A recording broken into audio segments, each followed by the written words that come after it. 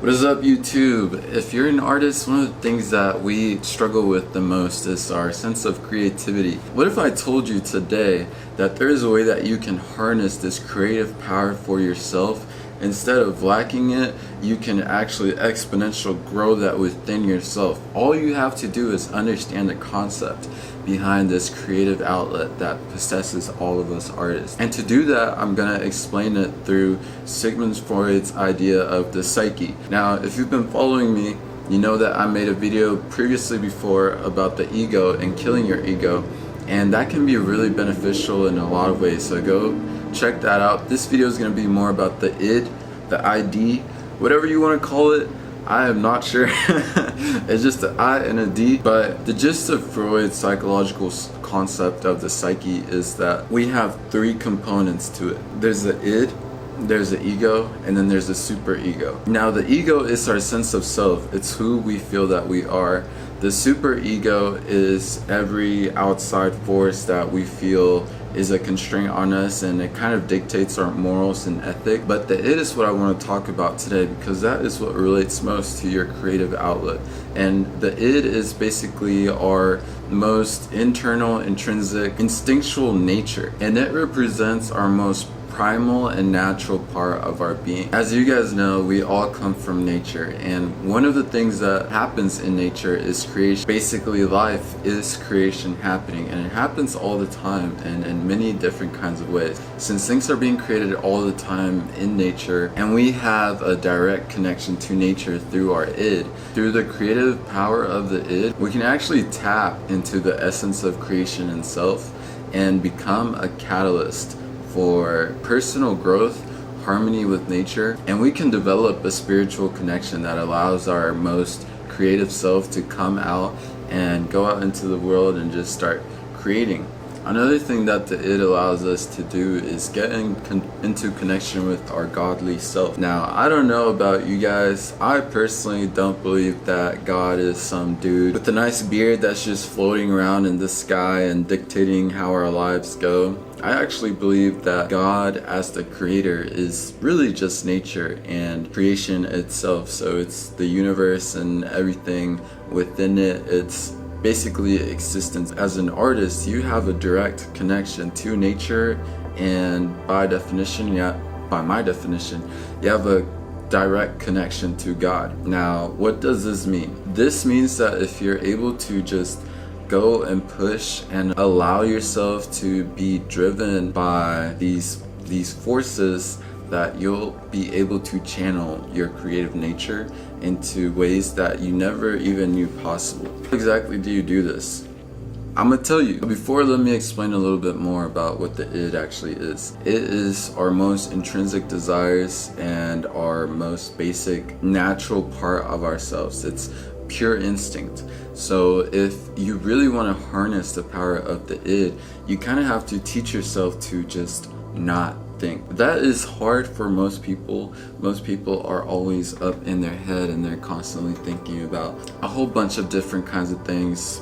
People's minds are really cluttered. So what you need to do is take up meditation. To me, art is meditation, because when you start drawing and you start focusing on your drawing, the more you focus on your drawing, the less that you focus on the exterior world. Many of you guys know this feeling of when you're deeply concentrated in a drawing or a painting or some creative process, that you eventually zone out, and after a while you zone back in and you realize it's 5 hours later, it's 3 in the morning, and you're still not done with your artwork. If you're able to harness this ability to zone in and hone in on your drawing and let all the other thoughts out of your mind and just focus on that, then that is your direct correlation to the id. That is a direct connection to your most internal self, free of exterior thoughts and pressures.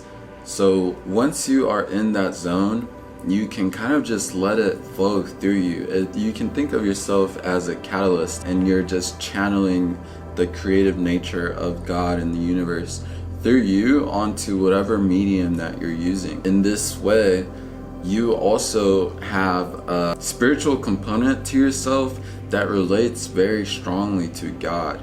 God is creation, God is the creator, and you are the creator as well. So in that way, you become God for that flow moment. You're able to channel your natural abilities in the most amazing ways possible. Now, how do you make this connection to creation and to God stronger? Well, actually, it's really simple. Go outside, take a walk, listen to music, go dance, start writing, do poetry. Do creative things that allow your mind to push out anything that is not a creative thought and focus solely on your creation and what you're working on. Don't think about making mistakes. Don't think about what if this is the right thing to do, what if this is the wrong thing to do. Just do. What you're basically doing when you just do, you basically trick your mind into channeling your most internal self into the outside world. What your brain does is it creates blockers with the super ego and the ego.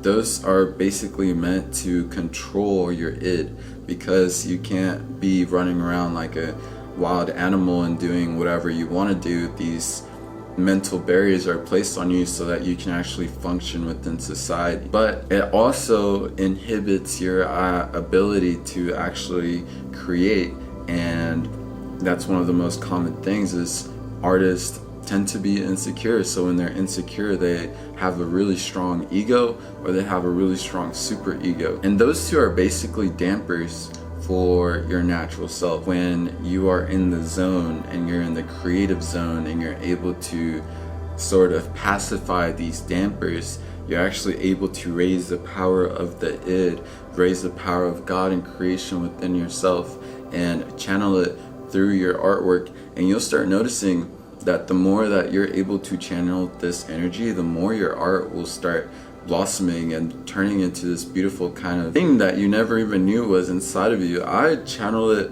and I'm trying to get better at it. I really love nature, and one of the things that I've been practicing lately is to just let my body do its thing. I'll just let my arm flow. I won't think about whether I'm doing the right or the wrong thing. I'll just be doing it. And what I notice is my art skills have increased exponentially. I stopped doing art for about 7 years. And through those 7 years, I had no practice. I didn't really do all that much to level up my art skills. One thing that I did do is I read a lot of psychology books. I did a lot of philosophy work. I went through a lot of experiences that honestly made me wiser. And through these experiences, I am now able to have a better control and understanding of my own personal psyche. And one thing that I noticed when I gain more control over my psyche is that I am able to pacify my ego and my super ego a lot more. I'm able to dampen their power over my id and allow the id to run its creative process. And my drawing skills have increased exponentially. I don't even go in with the reference most of the time. I just start drawing and things just come out. And it's great. It's really amazing. I don't think a lot of people actually realize that we have this ability and this power to just constantly be thinking in a creative way and expressing ourselves as an outlet for our inner id, inner natural self, and inner creative God within ourselves. And by the way, this artwork actually was made by me channeling my id. I really didn't have any expectations when I went into it. I didn't even really use a reference. I just really wanted to draw something big. I started with basic shapes. I just went with the triangle, and then I started adding more triangles. I started darkening some spots here and there, and then in my brain it sort of automatically recognized it as a mountain. So then I just started filling in different areas and aspects of it, and slowly my final work came out, which you guys can see on the screen now. And it was really quick. It was a super cathartic experience. I basically zoned out for half the day and then that came out. So it's really powerful and an amazing experience, because after it you feel fulfilled. Like you just brought something into the world that was meant to be in the world but wasn't before. So in a way, it allows you to be a doorway from a conceptually spiritual process into the real world, where it's tangible and existing in a physical way. So if there's one thing that you get from this video, is that you need to go out in nature, you need to walk around, you need to feel nature all around you, you need to let it flow within you, and you need to start meditating and allowing yourself to not think so much about the what ifs or problems that are going on in your life. Of course, think about it at certain points, because obviously you need to solve these problems, but allow yourself time to just push those out of your mentality and focus solely on the present moment. And when you do that and you focus on the present moment, you'll feel yourself aligning so much with what is currently happening and actually what is happening within nature. Animals don't think, like, they're basically just autonomous. They are just doing things. They're doing their animal things. They're living off of their instinct. And you will notice that there are no depressed animals. That's because they don't have limiting beliefs. They don't have these thoughts that force them to live in a certain way within their society. Instincts will force them and have them do certain activities, but they're not becoming emo and depressed because they can't do certain things or because they think this and that. They're just doing. You have that ability yourself. Go out in nature, develop this ability, and you'll notice that your art skills will improve drastically. Just zone out, find your Zen mode, go monk mode if you have to, and your abilities will grow exponentially. It's actually insane. But that is where I will leave off. My next video, I will explain more about the superego and what exactly it is, how it's helpful, but how it's been actually weaponized against us. So that will be a really interesting video. I hope you guys check it out. My previous video was about the ego and how you can kill yourself and become your most authentic version. If you get a chance as well, please go visit my website. I actually just posted some videos on Instagram about some products I just got in, so I have those up on my website. I also have a blog on there where I go more in depth about the ego and where I'll go more in depth about the concepts that I talk about on my videos, which will be really fun and informative if you're interested in reading those kinds of things. I personally find a lot of strength and power in understanding my own mind. How are you going to use your mind to its fullest potential if you don't even understand what it does and how it functions? So check those out for sure.